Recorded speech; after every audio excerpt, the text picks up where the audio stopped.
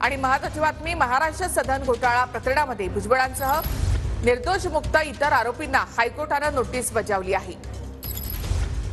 महाराष्ट्र सदन घोटाळा प्रकरणामध्ये भुजबळांसह निर्दोष मुक्त इतर आरोपींना हायकोर्टाने नोटीस बजावली आहे। लोकांविरुद्ध आम्ही त्यांना मिळालेल्या डिस्चार्ज विरुद्ध आम्ही रिव्हिजन ॲप्लिकेशन मुंबई हायकोर्टाकडे सादर केलं होतं। जस्टिस मोडक पुढे हे मॅटर होतं आणि त्याच्यात आम्ही पॉइंट टू पॉइंट माहिती दिली की बाबा इथे जे जस्टिस सातभाई सेशन कोर्टाने त्यांना जो डिस्चार्ज दिला तो कसा चुकीचा आहे, त्याच्यात पॉइंट बाय पॉइंट माहिती, म्हणजे स्कॅम कसा झाला, पैसे कसे आले, ते पैसे वापरले कसे गेले आणि ईडीची असलेली सगळी लिंकेजेस हे त्यांनी जस्टिस सातभाईंनी लक्षात न घेता जी ऑर्डर पास केली आणि त्यांना डिस्चार्ज केलं, ती ऑर्डर कशी चुकीची आहे हे कोर्टापुढे मांडलं आणि जस्टिस मोडक यांनी आता नोटिसा इश्यू करायला सांगितल्या।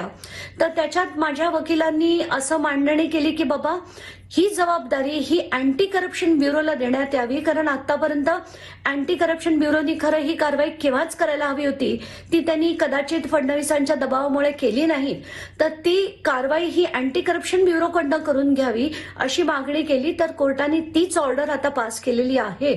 तर अँटी करप्शन ब्युरो आता 29 तारखेच्या आत त्यांना नोटिसा सर्व्ह करून हे मॅटर आता लवकरच लिस्ट होईल 29 तारखेच्या आसपास। तर मला पूर्ण अपेक्षा आहे की महाराष्ट्र सदन स्कॅम हा अतिशय मोठा स्कॅम आहे, त्याच्या